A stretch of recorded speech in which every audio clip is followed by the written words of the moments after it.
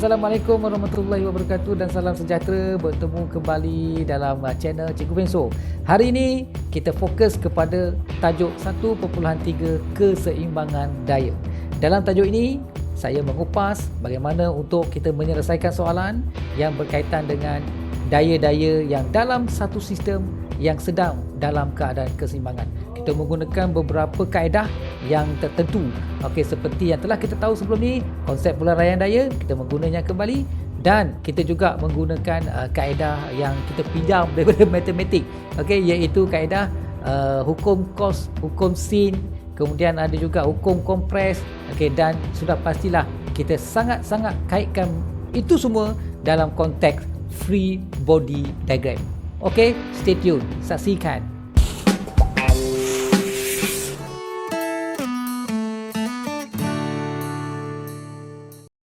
Okey, Assalamualaikum warahmatullahi wabarakatuh dan salam sejahtera. Bertemu kembali dengan Cikgu Fenso untuk kita membincangkan berkenaan dengan tajuk 1 ni, daya dan gerakan 2. Okey, so sebelum ni kita dah lihat 1.1 iaitu daya paduan, kemudian 1.2 leraian daya. Jadi untuk kali ni kita akan tengok pula 1.3 keseimbangan daya. Boleh Okey. Jadi untuk keseimbangan daya ni, kalau kita perhatikan, cikgu masih lagi merujuk kepada buku teks yang dibekalkan oleh korang lah. Okay? So senang, jadi korang dah ada sumber ni, jadi semua orang boleh tengok video ni berkali-kali, tengok, selagi tak faham, tengok lagi. Jadi senang, semua dah ada sumber rujukan. Okey, jadi gambar foto 1.4 ni menunjukkan seorang penari tarian ngajat. Okey, tarian ngajat ni daripada tarian kebudayaan negeri Sarawak, negeri Sarawak. Jadi dalam fizik, kita belajar fizik, tetapi ini kita panggil cross subject. Okey, sebab apa? Sebab dalam tajuk fizik tapi kita tengok ada kebudayaan kat situ kan. Mungkin kebudayaan ni dimasuk dalam subjek bahasa Melayu kot, ataupun bahasa Malaysia. Kemudian mungkin juga dimasuk dalam subjek seni kan, ataupun dalam subjek sejarah. Cikgu tak pastilah yang tu sebab cikgu fizik kan. Okey, jadi nak beritahunya ada elemen perkongsian di situ. Ada cross, kita panggil cross subjek, cross mata pelajaran yang menunjukkan pendidikan ini adalah satu benda yang luas lah kan. Baik, kita tengok kat sini, dinyatakan kat sini, tarian ngajak yang berdiri, penari ni berdiri pegun sebentar semasa menari. Dia tengah menari kan, lepas tu dia pegun. Dia pegun tapi dia dalam keadaan relax, dalam keadaan tak ada jatuh ke apa kan. Jadi dia tanya kat situ, apakah hubungan antara daya-daya yang bertindak ke atas penari itu? Maksud sekarang ni, kalau kita tengok kaki dia duduk macam tu kan, kaki dia duduk tapi dia boleh pegun kan. Sebenarnya sebab apa? Sebab semasa dia duduk dalam keadaan macam ni, sebenarnya dia ada proses ataupun keadaan dia mengimbangi badan dia. Contohnya kat sini tangan dia dalam keadaan macam ni kan. Betul, dia ada bawa alat ni kat situ. Lepas tu walaupun dia dalam keadaan condong macam ni, sebenarnya daya-daya yang bertindak pada dia ni sedang berada dalam keadaan keseimbangan. Itu yang kita nak tengok pada 1.3 ni, iaitu keseimbangan daya. Okey Jadi dikatakan oleh sebab pecutan penari itu adalah sifar. Sebenarnya daya paduan dia adalah sifar. Daya paduan adalah sifar. Jadi tiada daya paduan yang bertindak ke atasnya. Dengan kata lain, daya paduan dia adalah zero. Begitu. Jadi tiada daya paduan yang bertindak ke atasnya, maka daya-daya itu dikatakan berada dalam keseimbangan. Okey, so ini yang kita nak tengok pada hari ini. Keseimbangan daya itu berlaku tak semesti dalam suasana yang kita belajar dalam fizik sains saja kan. Kita tengok kereta lah, kita tengok objek bergerak ke sana sini kan. Bukan dalam keadaan konteks itu saja. Dalam keadaan menari macam ni pun dia ada elemen itu. Ini nak buka mata korang kan. Baik, suatu objek dikatakan berada dalam keadaan keseimbangan daya. Ini poin penting apabila daya-daya yang bertindak ke atasnya menghasilkan daya paduan sifar. Yang ni kita katakan F sama dengan 0 tu. Sebab apa? Sebab paduan daya-daya tadi adalah sifar. Sebab itu cikgu kata tadi, you all kena kuasai dulu 1.1. Sebab apa? Sebab kita nak menggunakan pendekatan, kita nak gunakan pengetahuan sedia ada itu untuk kita belajar dalam tajuk keseimbangan daya ni. Baik, kita tengok seterusnya. Ini kita nak masuk terus kan ni Okey, contoh yang kedua kat sini ada pasu bunga kan. Pasu kat sini, pasu bunga di atas meja. Nampak tak bentuk dia tu? Bentuk dia macam orang menari juga kan. Okey, so tetapi pasu ni dia tidak tumbang. Dia tak terbalik, dia maintain di atas tu kan. Itu merujuk kepada apa? Dia merujuk kepada berlakunya keadaan kita sebut sebagai keseimbangan daya. Jadi daya-daya bertindak kepada pasu bunga ini adalah seimbang. Sebab itu daya paduan dia jadi sifar dan dia tidak terbalik.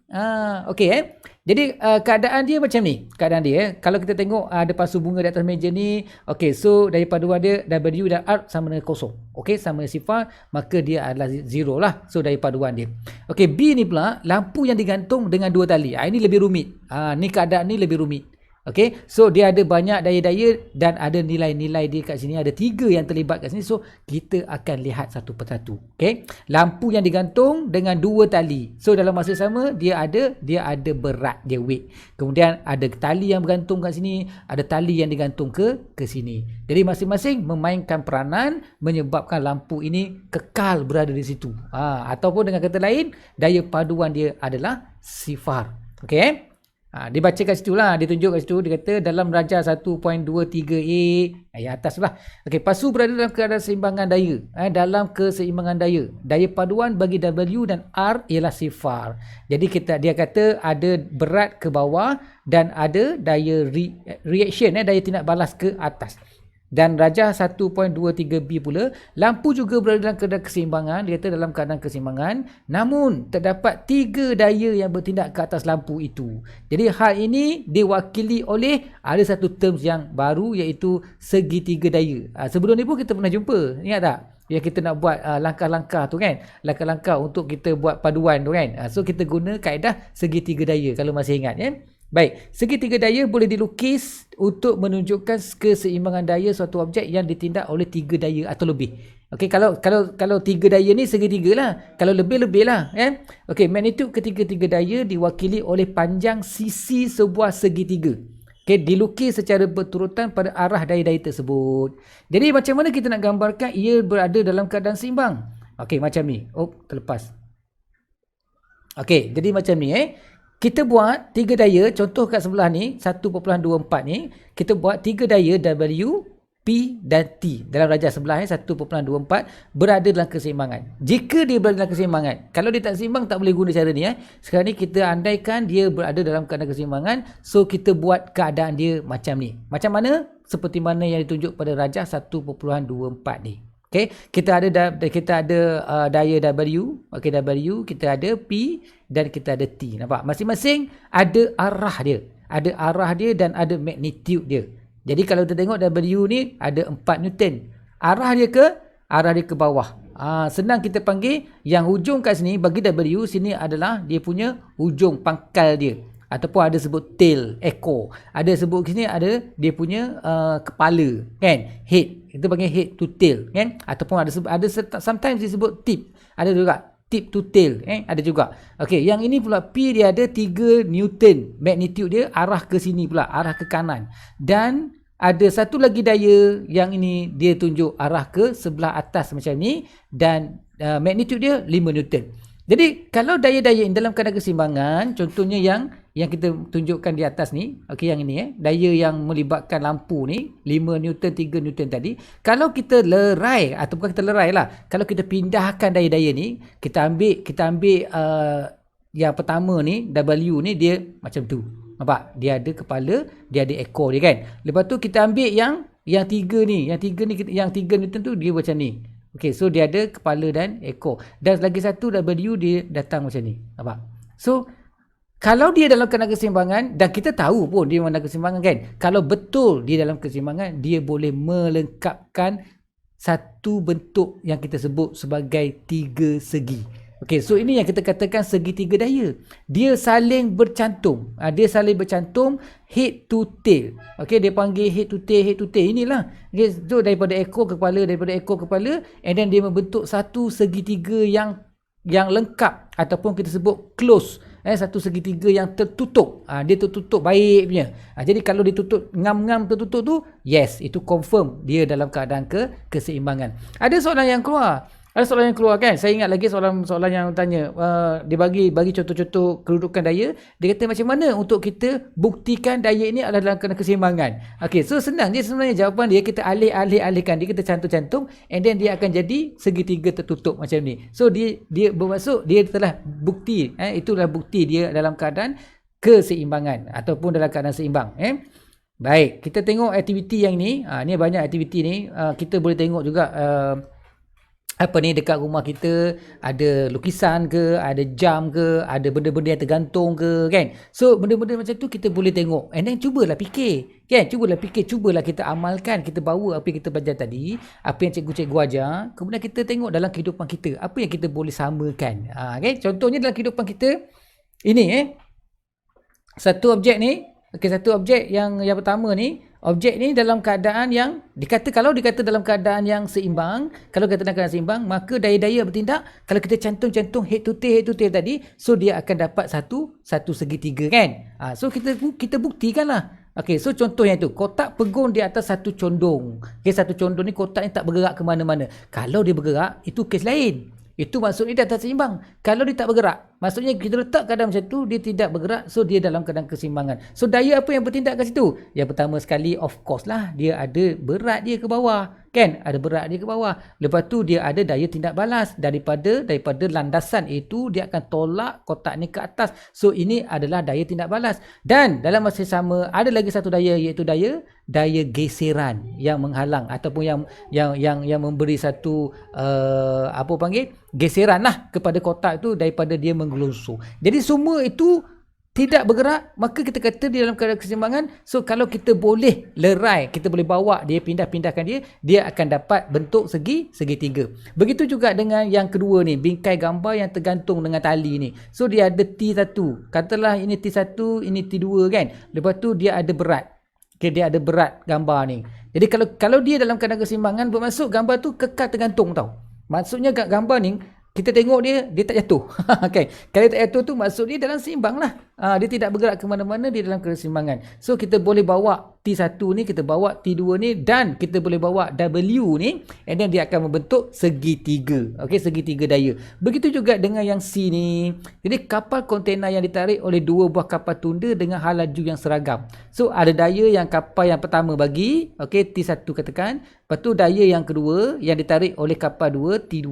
Dalam masa yang sama ada geseran ke belakang yang disebabkan oleh geseran antara kapal tu dengan air. Jadi dia akan dapat satu keadaan di mana pergerakan dia seragam. Walaupun dia bergerak, tapi pergerakan tu seragam. Pun kita kata dia dalam keadaan keseimbangan. Sebab apa? Sebab F dia adalah sifar. Daya paduan dia adalah sifar. Boleh, Okey. And then kita tengok penyelesaian bentangkan. Okay, so ini dia suruh kita bentangkan lah apa yang cikgu jelaskan tadi tu. Sebenarnya aktiviti ini memerlukan korang bentangkan ke depan. Okay, cikgu ada bersama dengan pelajar-pelajar lain, kan. Korang berkumpulan, bentangkan. Okay, bentangkan apa yang kamu dapat.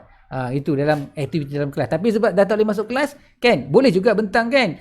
Boleh juga buat secara maya, buat grup dalam secara maya. Kemudian cikgu suruh korang bentangkan seorang-seorang melalui Google Meet ke, kan.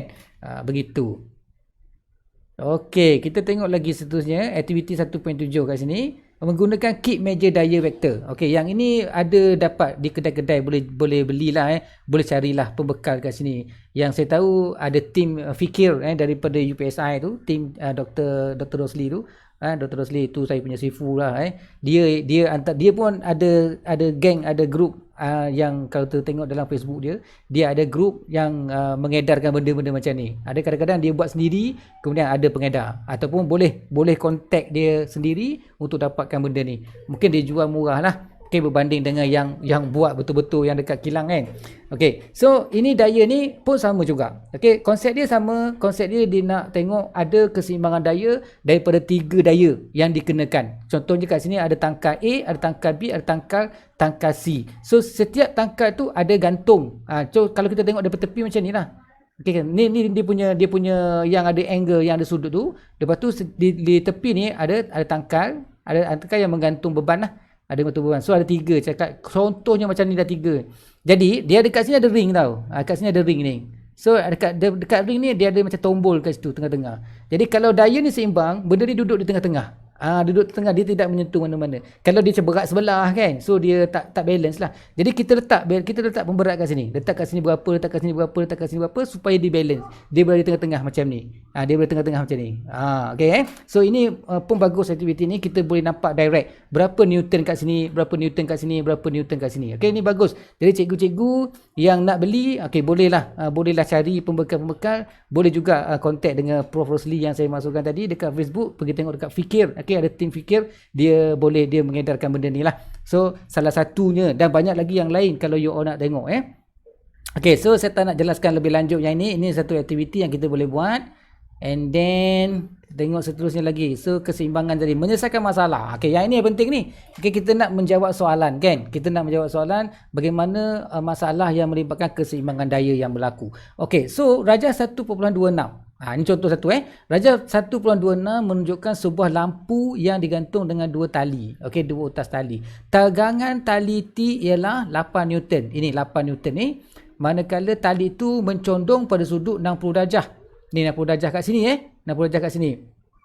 Okey, disuruh kita hitungkan tegangan tali P dan berat lampu W.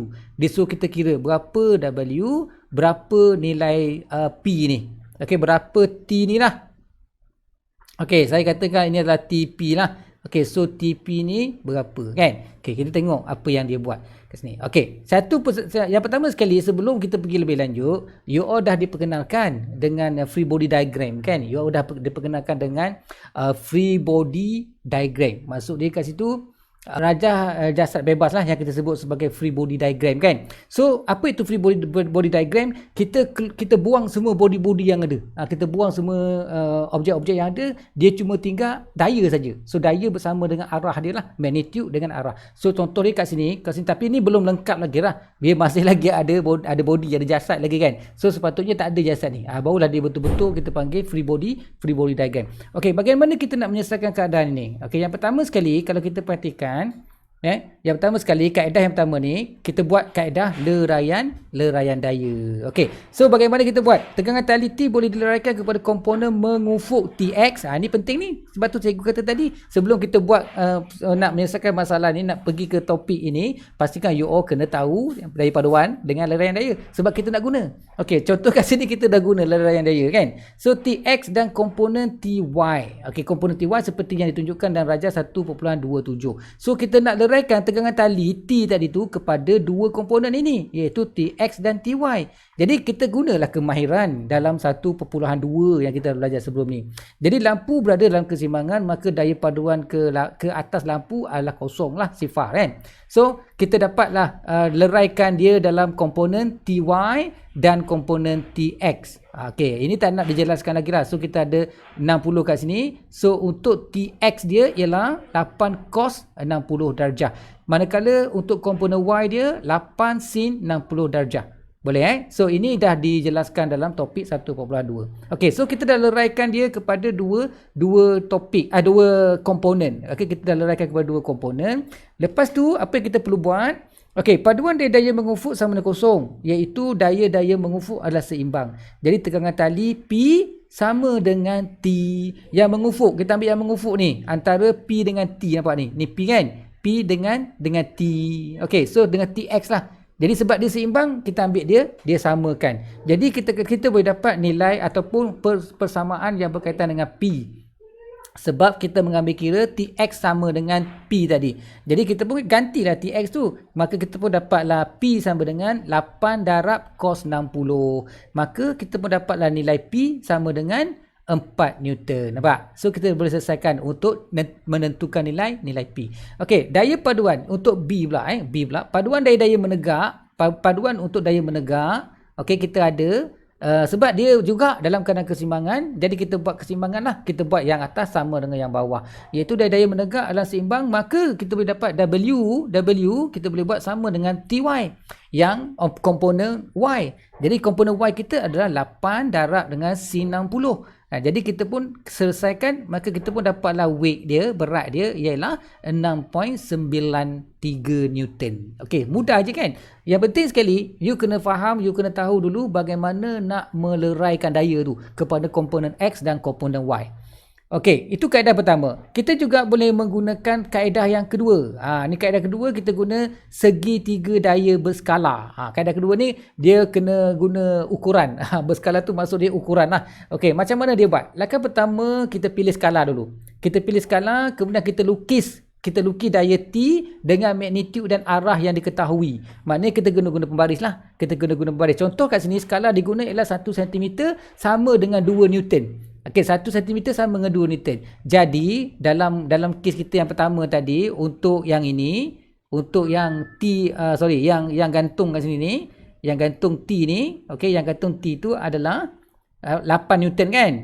Nampak? 8 Newton kan T tu. Jadi 8 Newton, kita guna pembaris, kita ukur lah berapa sentimeter. Sebab kita dah bagi skala dia 1 cm sama dengan 2 Newton. Jadi kita tetapkan dia 8 Newton berapa sentimeter.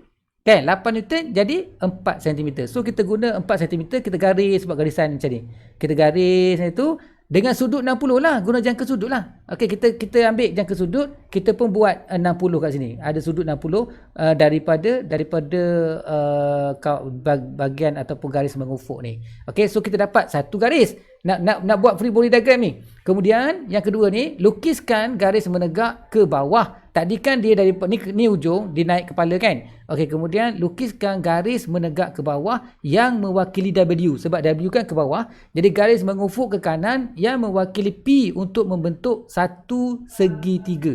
So kita pun lukis W ni. W ni pun ke bawah terus. Dia direct betul-betul bawah kat sini. Menyentuh garis mengufuk. Lepas tu yang ketiga, kita pun lukislah yang ke P ni. Daripada yang disentuh dekat mengufuk ni tadi, kita garis yang mengufuk P pula. Senang saja P sebab P tak ada sudut. Jadi dia cuma lurus saja kan, mengufuk. Jadi kita pun lukislah mengufuk itu. Jadi dia keseimbangan. Nampak tadi dalam keadaan keseimbangan situ. Di mana kepala bertemu ekor dan dia lengkap segitiga yang tertutup. Itu istilah dia, segitiga yang tertutup, maka dia duduk dalam keadaan keseimbangan. Maka kita boleh ambillah ukuran. Kita ambil pembaris, kita ukurlah berapa sentimeter W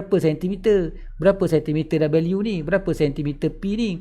Jadi daripada sentimeter yang kita buat tu, contoh kat sini dia beri P ni bila kita ukur dapat 2 cm kan. Lepas tu kita pun gunalah skala yang kita guna tadi, 1 cm bersamaan dengan 2 Newton. Jadi kita dapat 2 cm, maka nilai P adalah 4 Newton. Nampak? Okey, so ini tanpa tak ada kira-kira yang rumit, tidak melibatkan sin cos. Okey, dia cuma kena ukur tepat. Kena ukur dengan tepat. Jangan suka-suka pergi bengkok-bengkok sana, tak boleh. Okey, manakala W pula kita ukur, kita dapat 3.5 cm darab dengan 2 Newton, so kita dapatlah 7 Newton. So selesai dengan kaedah yang kedua ni. Okey, contoh yang kedua ni pula, dia kata Raja 1.28 menunjukkan sebuah kotak dengan berat 50 Newton dalam keadaan pegun di atas satu satah condong. Maknanya satah tu condong tetapi kotak tu pegun, tidak bergerak. Lukiskan gambar Raja jasad bebas. Ini yang kata free body diagram tadi. Bagi kotak itu dengan menunjukkan berat kotak, tindak balas norma R dan daya geseran FR.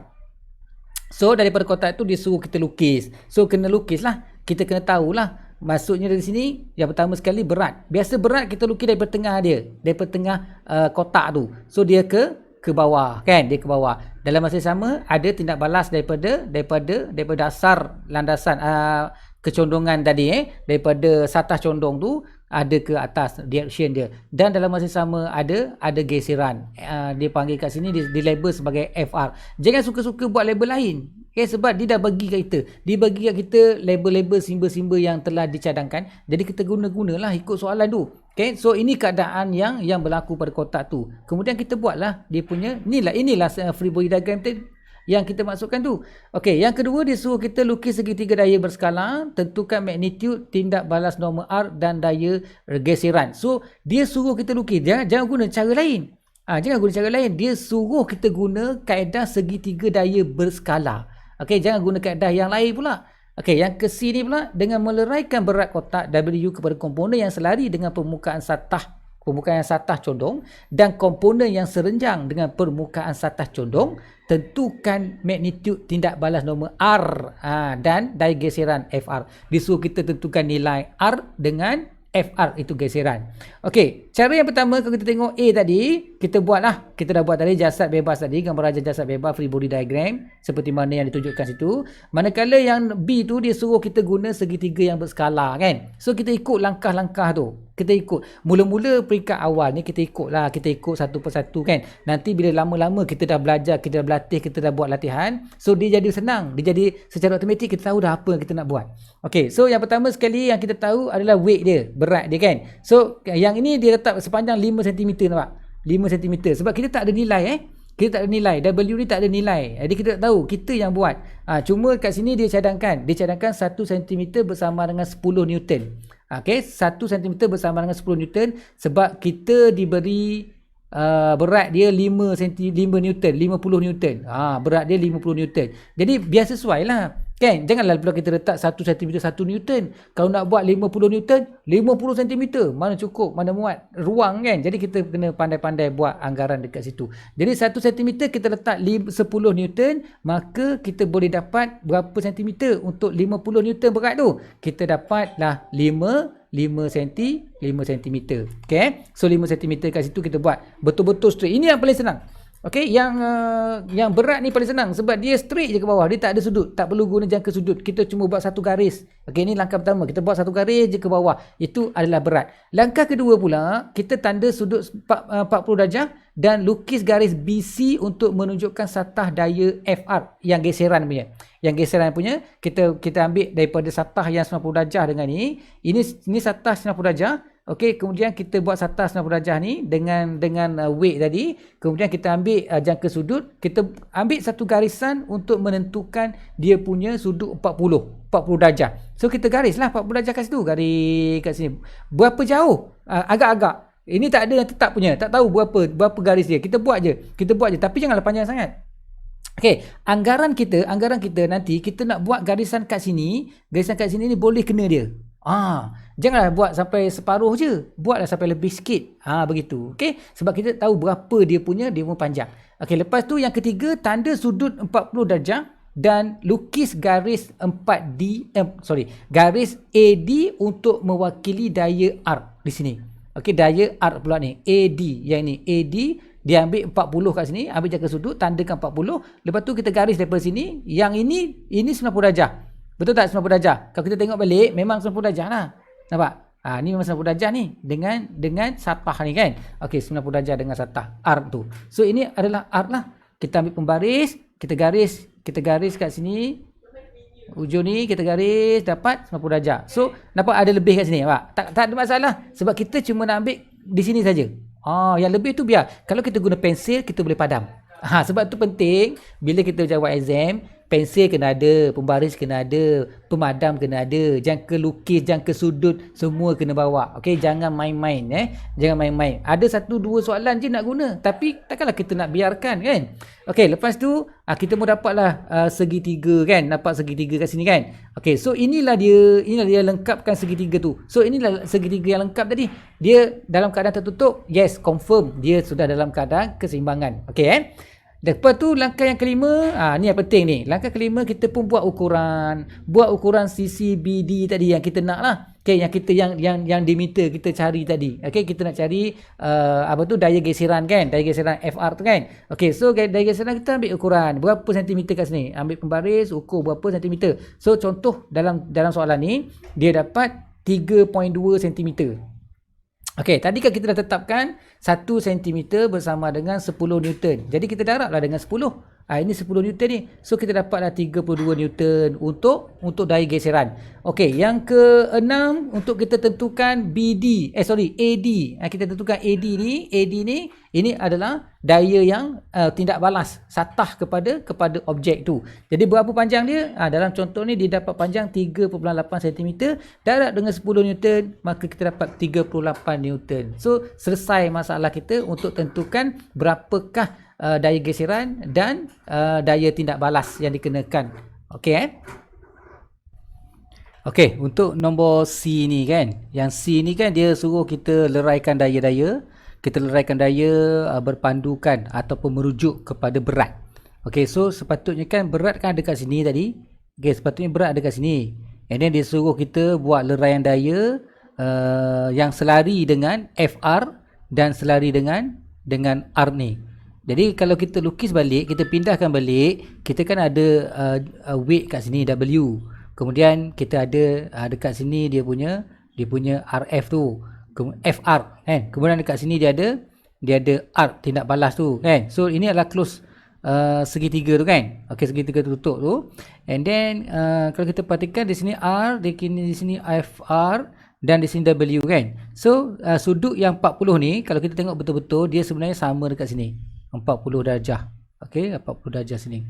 Jadi, untuk kita dapatkan komponen yang selari dengan arc ni, bermaksud komponen W ni kita kena move ke sini. Okey, kita kena move ke sini, barulah kita akan dapat komponen yang ke arah sini. Okey, so kita guna kaedah compress. Kaedah compress. So, W ni dia compress 40 darjah. Jadi, W compress 40 darjah, kita boleh tulis W cos 40 darjah. Itu adalah komponen yang ini. Okey, sebab itu dia ada yang ini. Dia ada W cos 40 ni. Okey, dan yang selari pula dengan FR ni, komponen W yang selari dengan FR ialah komponen yang dekat sini. Okey, so ini yang selari dengan FR. Tapi FR yang arah bertentangan. Okey So yang ini pula kita nak masukkan ataupun nak menggunakan komponen W, dia jadi W sin 40. Okey, sebab dia bukan kompres. Bila dia tak kompres 40, dia ke arah sini, dia jadi sin. Okey, itu kita panggil konsep compression. Okey. So W kita pun gunalah nilai yang kita dapat tu, di mana W cos 40 sama dengan arc. Maka dia seimbang. Dia tak pergi ke atas ataupun ke bawah.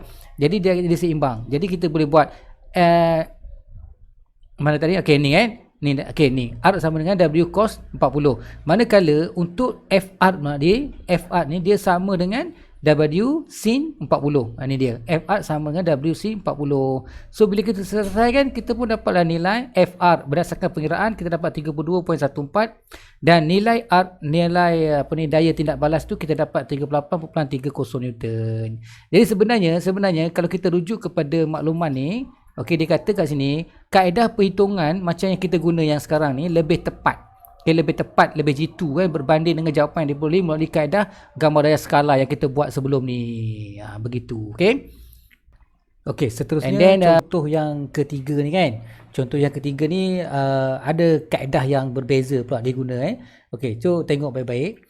Rajah 1.30 menunjukkan sebuah poster digantung pada dinding makmal dengan tali dan paku. So maknanya ada satu objek yang tergantung dekat dinding lah. Okey, batu berat objek ataupun poster itu diberi 12 Newton. Okey, diberi sebanyak 12 Newton lah. Kemudian dia suruh kita lukiskan segitiga daya bagi berat poster dan tegangan tali. So kita ada kat sini, kita ada berat poster kat sini, ada berat ke bawah. Kemudian kita ada tali yang tergantung lah. Dia ada tegangan kat sini. So 35 kan. Lepas tu dia suruh yang kedua, dia suruh kita hitung nilai T. Okey, dia suruh kita hitung nilai T, kita akan guna kaedah yang berbeza nanti Okey, yang pertama sekali macam mana kita nak buat ini? Kita nak lukis segitiga daya. Okey, segitiga daya bagi poster berkenaan. Okey, yang pertama sudah pastilah kita ambil berat. Okey, senang je, kita ambil berat yang pertama macam ni. Kita buat berat dulu. Yang ni paling senang lah kan. Kita buat berat dulu. Dia straight saja ke bawah.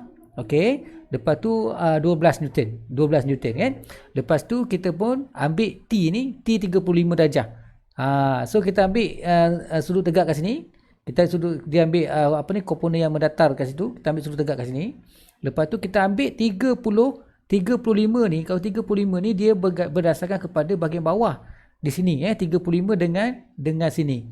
35 sini. Lepas tu kita pun tarik dia. Kita tarik dia, tak kisahlah berapa panjang. Okey, agak-agak lah agak-agak panjang macam tu katakan. Lepas tu yang bawah ni pun sama juga. Kita tarik 35 juga. Kemudian kita pun pergi panjang dia. Nampak? Okey, kita pergi panjang dia macam tu. Jadi kita akan dapat secara automatik, kita akan dapat panjang dia sama. Okey, panjang yang ini dengan panjang ini sama. So dia akan bagi satu T, katakanlah ini T1, ini T2 katakan. Okey, so bila kita ukur, rupa-rupanya kan, di sini walaupun dia tak beri, kan, nampak dia tak beri kan. So kita boleh tengok bila sini 45, rupa-rupanya kat sini 55 lah. Sebab di sini dia dapat daripada mana? 90 kan? 90 tolak 30, 35. So dia dapat 55. Yang ini pun sama juga. Sini 35, so sini 55. Okey, 90 tolak 35 dapat 55. Okey. Dan kalau 50 sini 50, kan ini kan segitiga kan? Segitiga kan dia penuhkan dia 180. Kan? Jadi 180 kat sini tolak 55, tolak 55, so dia ada balance lagi 70. So dekat sini jadi 70. Okey, so kita dapat sudut macam ni lah. So ini kita panggil segitiga daya. Okey, segitiga daya yang lengkap lah. Dia ada sudut semua kat dalam tu. Boleh Okey, dan kita label kat sini. Ini W. W sini 12 Newton. Tapi T1 dengan T2 kita tak tahu. Dia suruh kita dapatkan nilai dia. Okey, kaedah dia macam mana? Kaedah dia kita guna sekarang ni yang kita guna ialah kita guna hukum sinus. Okey, kita guna hukum sinus tu yang ada A bahagi dengan sin A kan, B bahagi dengan sin B tu.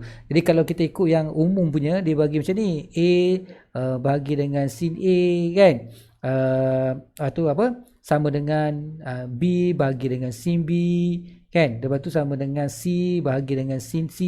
Okey, so bla-bla gitu kan. Jadi kat sini kita ambil lah dua kita, walaupun dia bagi banyak macam ni, kita tak perlu ambil semua, kita ambil dua saja. Okey, contohnya kita ambil ni dulu, kita ambil yang dalam kes ni dia ambil yang ni. Okey, dia ambil yang T ni, T dengan 55 kan. Okey, T bahagi dengan sin 55 sama dengan 12 bahagi dengan sin 70.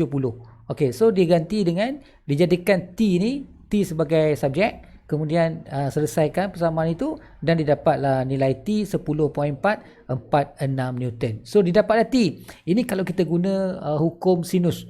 Okey, kita boleh juga guna hukum kosinus. Kita boleh juga guna hukum kosinus. Okey, hukum kosinus kita ada yang A cos 2 tu kan, yang A cos 2 sama dengan apa tu, yang apa tu, dia punya apa, B cos 2 tambah C cos 2 kan, tolak dengan 2BC kan, lepas tu cos kan, cos apa tu, cos A kan. Okey, so kita guna yang ni. Kita guna yang ni, so ini secara umum. Ini secara umum. Bila kita dah masuk dalam soalan kita ni, dia bukan lagi umum. Dia dah ada nama-nama dia. Jadi kalau kita tengok A, katakanlah A ni kita ambil yang ini, W ni kan. So W cos 2 sama dengan BC kita adalah inilah. Okey, T1 dengan T2. So T cos 2 tambah dengan T cos 2. Lepas tu tolak dengan 2. Okey, so kita ada BC, kita ada T lah, T darab dengan cos, yang kita ada cos untuk ni A ni adalah 70. So kita ganti dengan 70. Tadi kan kita baru dapat kan, kita dapat sendiri yang ini kan. So kalau tak nak tahu yang ini pun kita boleh guna hukum sinus. Tapi kalau kita dah tahu, kita nak tunjukkan dalam kes, nak tunjukkan yang ini pun boleh digunakan. So kita selesaikan, kita dapat nilai T ialah 10.46. So sama saja, nampak? Sama saja. Okey, so inilah dua kaedah. Banyak kaedah yang kita dah jelaskan, yang kita hubung jalin dengan matematik. Okey, ini konsep matematik. Dalam fizik kita tak guna banyak benda ni. Okey, ini kita pinjam daripada konsep matematik, kita gunakan dalam untuk menyelesaikan masalah yang berkaitan dengan keseimbangan daya ni. Okey, so kita akan jumpa lagi untuk topik-topik yang akan datang. Bye bye.